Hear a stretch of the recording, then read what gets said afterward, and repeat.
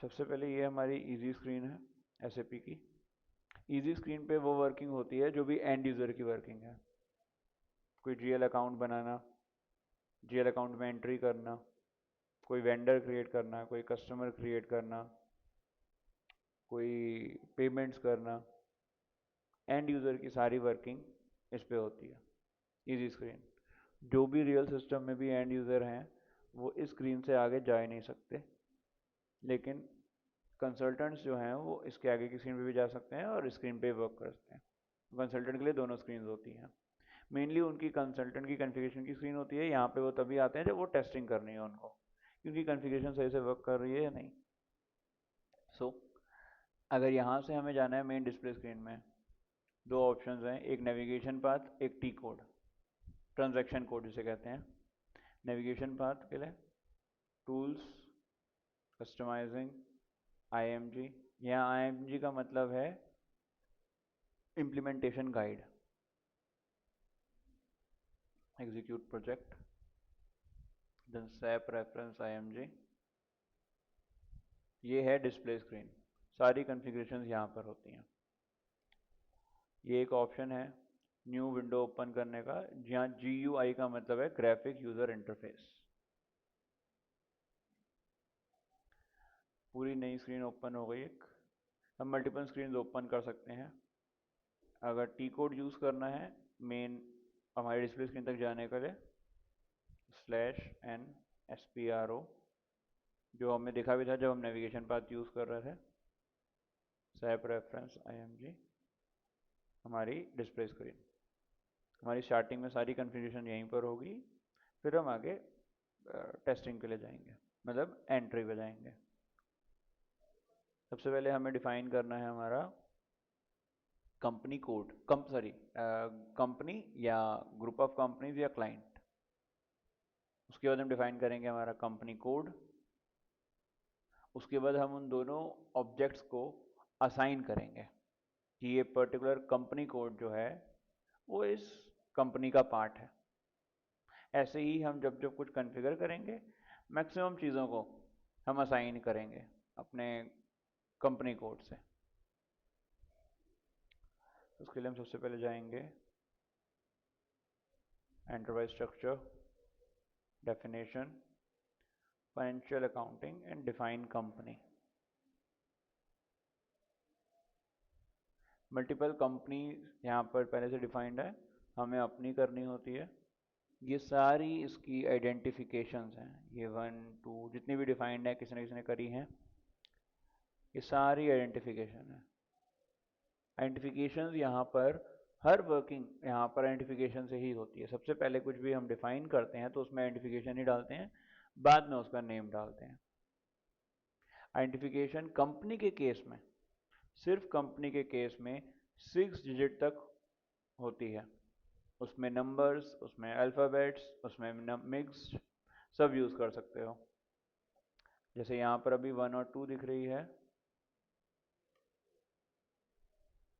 यहाँ पर 3 भी है, 4 भी है, 6 भी है, मिक्स भी है, नंबर एंड वर्ड्स।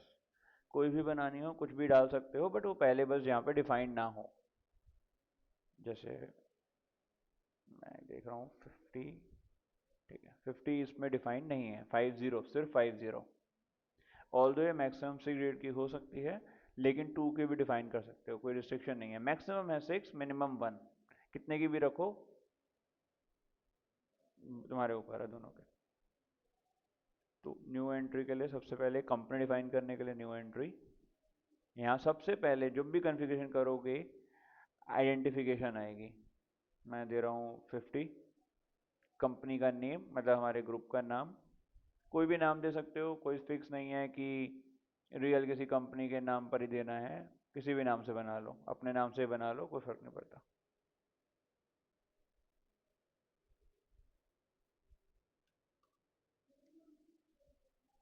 ग्रुप, कोई दूसरा नाम है ग्रुप का तो वो यहाँ आ जाएगा, अदरवाइज अगर नहीं है तो रिक्वायर्ड नहीं है। देन उसका address, PO box, postal code, city, ये 4 चीज़ें रिक्वायर्ड नहीं है फिल करना, ऑप्शनल है। फिल करना चाहो कर सकते हो, छोड़ना चाहो छोड़ सकते हो। लेकिन ये तीनों रिक्वायर्ड हैं। अगर अभी ये तीन चीज़ें डिफाइन नहीं करी, आगे जाकर ये कभी ना कुछ एरर ज़रूर देगा। असाइनमेंट में दे सकता है या जीएल अकाउंट में दे सकता है, कहीं ना कहीं ज़रूर देगा ये।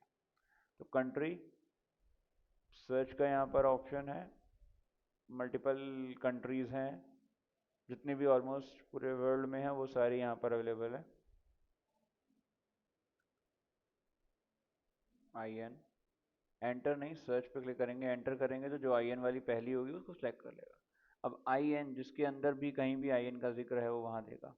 सिंगल फाइंड के लिए ये है, बार बार फाइंड करना है तो फाइंड अगेन।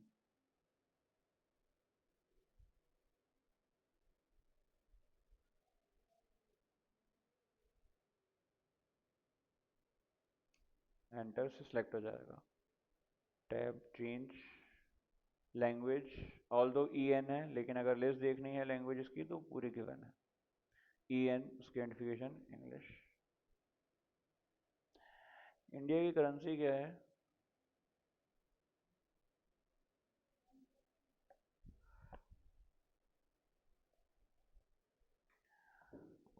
इंडिया की करेंसी क्या है देव?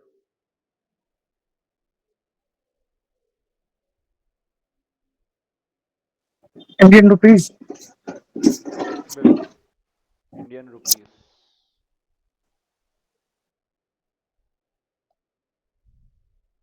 आई एन आर, इंडियन रुपी। सिर्फ यही इंफॉर्मेशन फिल करनी है, ये बाकी फिल करना चाहो कर सकते हो। ये दो, ये रिक्वायर्ड है, इसके बिना तो वर्किंग ही नहीं होगी। नेम, ऑब्वियसली हम नेम तो देंगे अपने ग्रुप को, तो नेम हम देंगे ही, मतलब एज एन कोई ये नहीं है कि रिक्वायर्ड ही है, लेकिन हम नेम तो रहेगा रहेगा तो नेम जाएगा। लेकिन ये तीन जो हैं, कंट्री लैंग्वेज और करेंसी, रिक्वायर्ड है। Then save. जब भी सेव करोगे ये स्क्रीन आएगी। अगर रिक्वेस्ट पहले से जनरेटेड होगी ठीक है, नहीं होगी तो यहाँ से एक रिक्वेस्ट क्रिएट कर लेना। क्रिएट रिक्वेस्ट पे जाओगे, सिर्फ डिस्क्रिप्शन दोगे,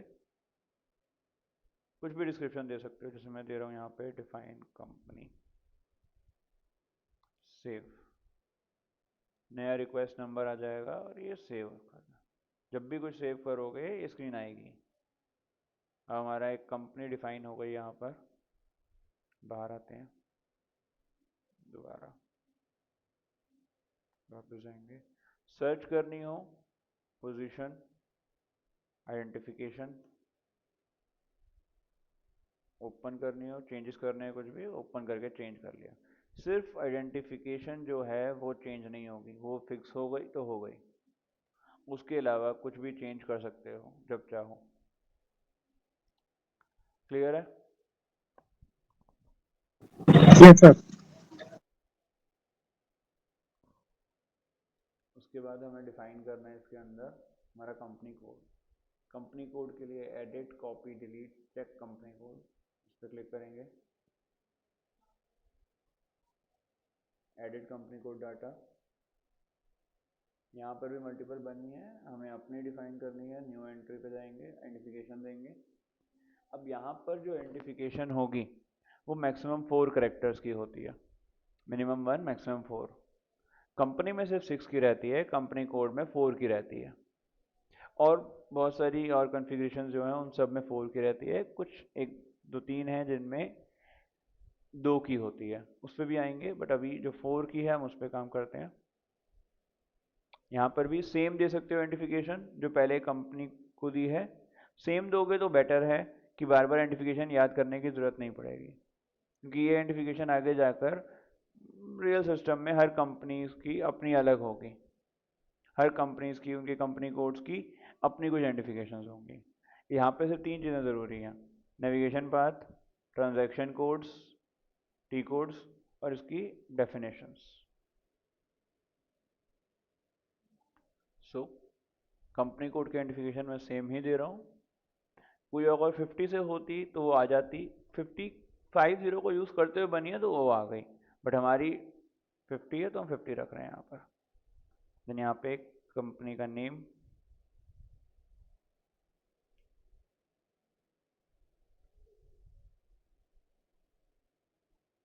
ये टिक देख रहे हो, जो टिक मार्क है,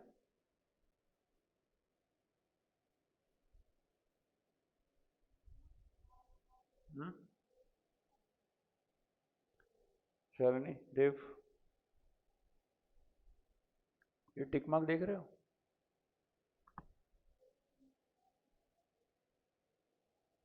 हेलो, Yes, sir. ये टिक का मतलब है रिक्वायर्ड। अगर ये डाटा फिल नहीं करता और बाकी सारा डाटा फिल कर दिया, ये कॉन्फ़िगरेशन सेव नहीं होगी। हमें सारे मेन रिक्वायर्ड इन्फॉर्मेशन फिल करनी होती है, जो हमारी ज़रूरत की होती है सिर्फ हमें वो फिल करनी होती है।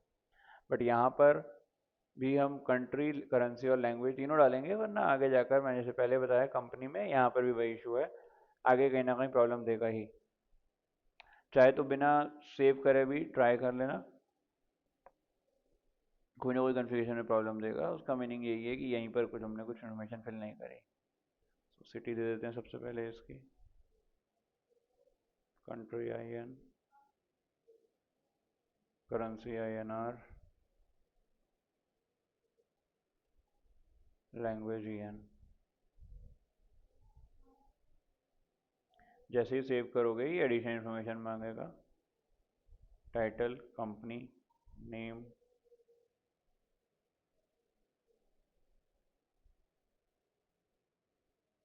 कंट्री और रीजन IN। कुछ और रिक्वायर्ड नहीं है, लेकिन डालना चाहो डाल सकते हो, तो रिक्वायर्ड नहीं है तो हम नहीं डाल रहे, टिक करेंगे, सेव। इस तरीके से हमारा कंपनी कोड भी डिफाइन हो गया और कंपनी हमने पहले डिफाइन कर ली थी। क्लियर है? Yes, sir. बाहर आएंगे।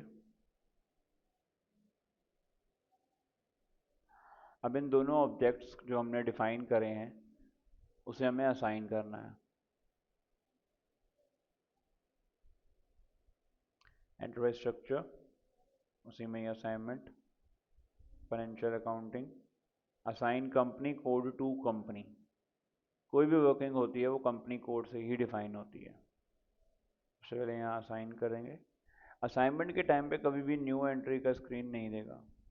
न्यू एंट्री स्क्रीन दो टाइम पे नहीं देता, जब कुछ डिफाइन करना हो, सॉरी, जब कुछ असाइन करना हो या डाटा लॉक हो।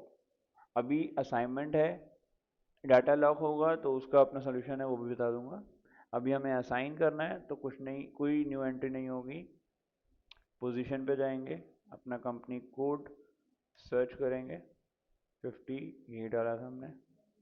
यहाँ पर अपना कंपनी का आइडेंटिफिकेशन, ग्रुप, सेव। इस तरीके से हमने अपना कंपनी कोड को अपने कंपनी से डिफाइन कर दिया है, यानी कि ग्रुप ऑफ कंपनीज या क्लाइंट से असाइन कर दिया। यहाँ पर ग्रुप का काम ख़त्म हो गया, उसका कोई काम नहीं है। यहाँ से आगे जब भी कुछ डिफाइन होगा तो उसको असाइन करना हम कंपनी कोड से ही करेंगे। जो भी कन्फ्यूजन होगी वो असाइन होगी तो कंपनी कोड से, कंपनी से अब कुछ असाइन नहीं होगा। और जो चीज़ें बनी हुई हैं ग्रुप लेवल पर, उसका यूज़ करना हो हम यूज़ कर सकते हैं। उसे पर्टिकुलर इंडिकेट करना हो कि कंपनी कोड के लिए, तो हम उससे असाइन कर सकते हैं। असाइनमेंट क्लियर है?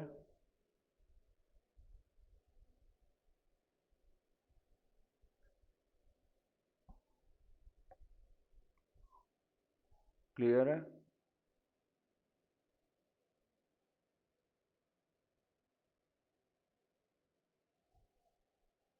शालिनी देव, Yes, sir.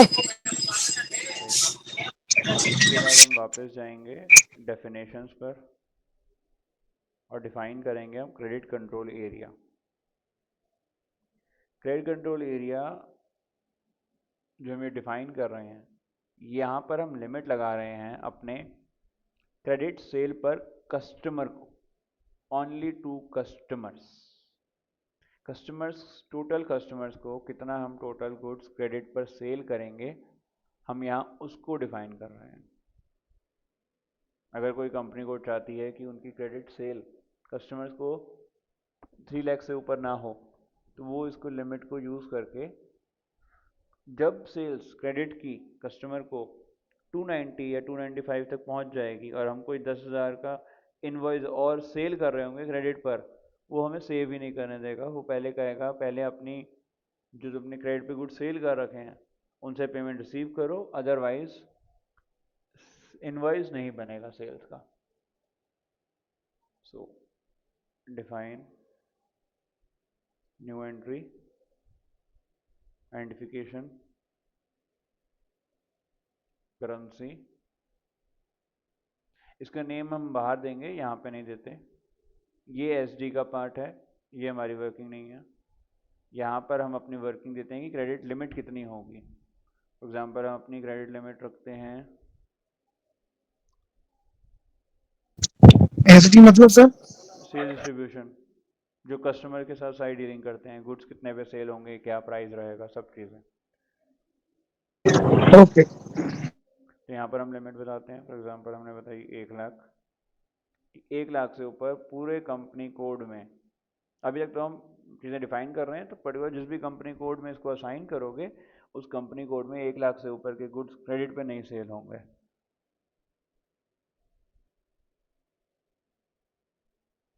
ये ऑर्गेनाइजेशनल डाटा में ऑल कंपनी कोड्स का एक ऑप्शन है।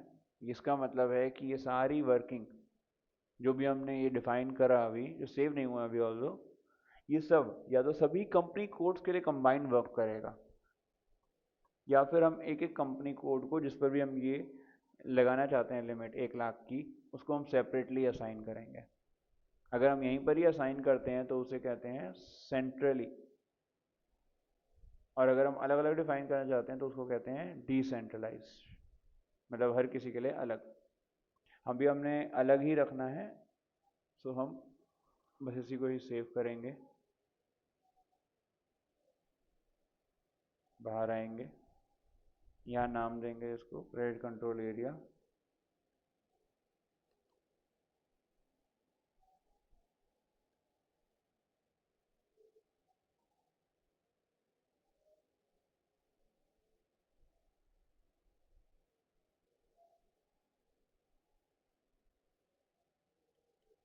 ABC limited and save. अब यही क्रेडिट कंट्रोल एरिया हमें आगे डिफाइन करना है हमारे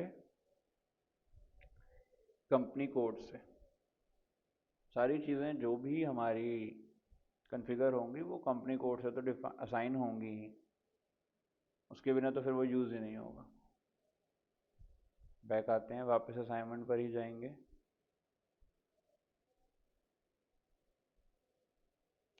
कंपनी कोड टू कंपनी के ठीक नीचे क्रेडिट कंट्रोल एरिया, पोजीशन,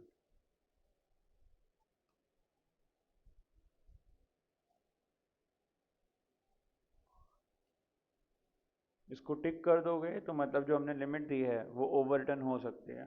जब ओवरटर्न हो ही सकती है तो फिर उसको डिफाइन करने के तो कुछ फ़ायदा ही नहीं है, तो हम ओवरटर्न तो कभी करेंगे ही नहीं। हाँ, अगर कभी ज़रूरत पड़ जाती है तो ओवरटर्न किया जा सकता है। अगर मान लो कि अगर इनवॉइस अर्जेंट में बनाना है, हमारे को ऑप्शन नहीं है कि अभी हम अमाउंट रिसीव नहीं कर सकते कस्टमर से या उसका एंट्री नहीं कर सकते, तो हमने अर्जेंट में बनाने के लिए इसको टिक कर देंगे, अदरवाइज हम इसको टिक नहीं करेंगे, सिंपली कर देंगे इसको सेव।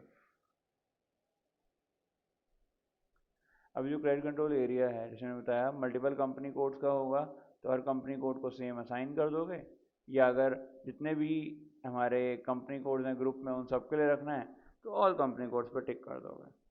इस तरीके से हमारा ये क्रेडिट कंट्रोल एरिया वर्क करेगा। क्लियर है हमारी पांचों कॉन्फ़िगरेशंस?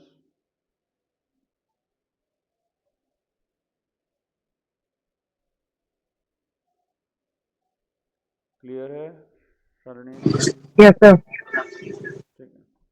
अभी तक जो भी हमने चीज़ें डिफाइन करी, अगर हमारे पास मल्टीपल कंपनी कोड्स हैं तब तो कंपनी कोड भी डिफाइन होगा, कंपनी भी डिफाइन होगी और वो असाइन भी होगी।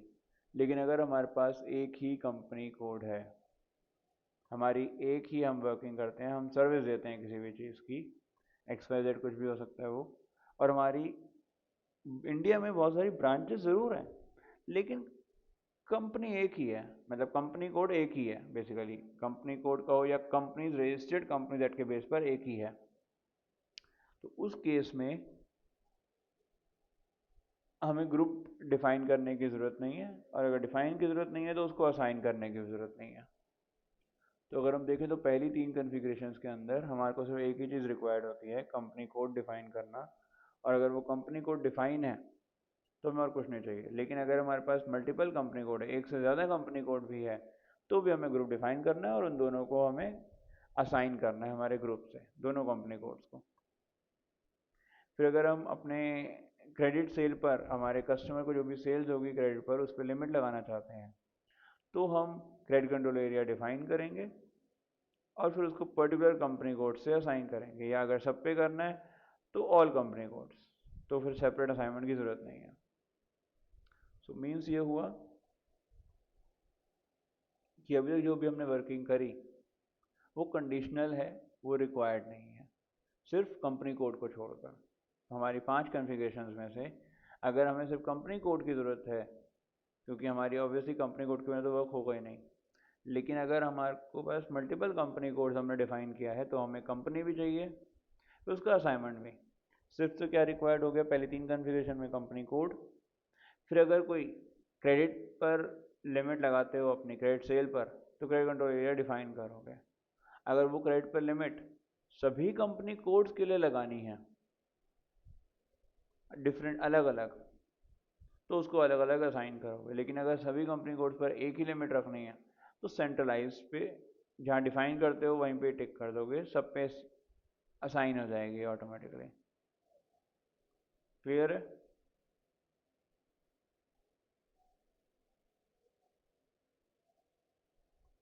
क्लियर है देव? Yes, sir. ठीक है।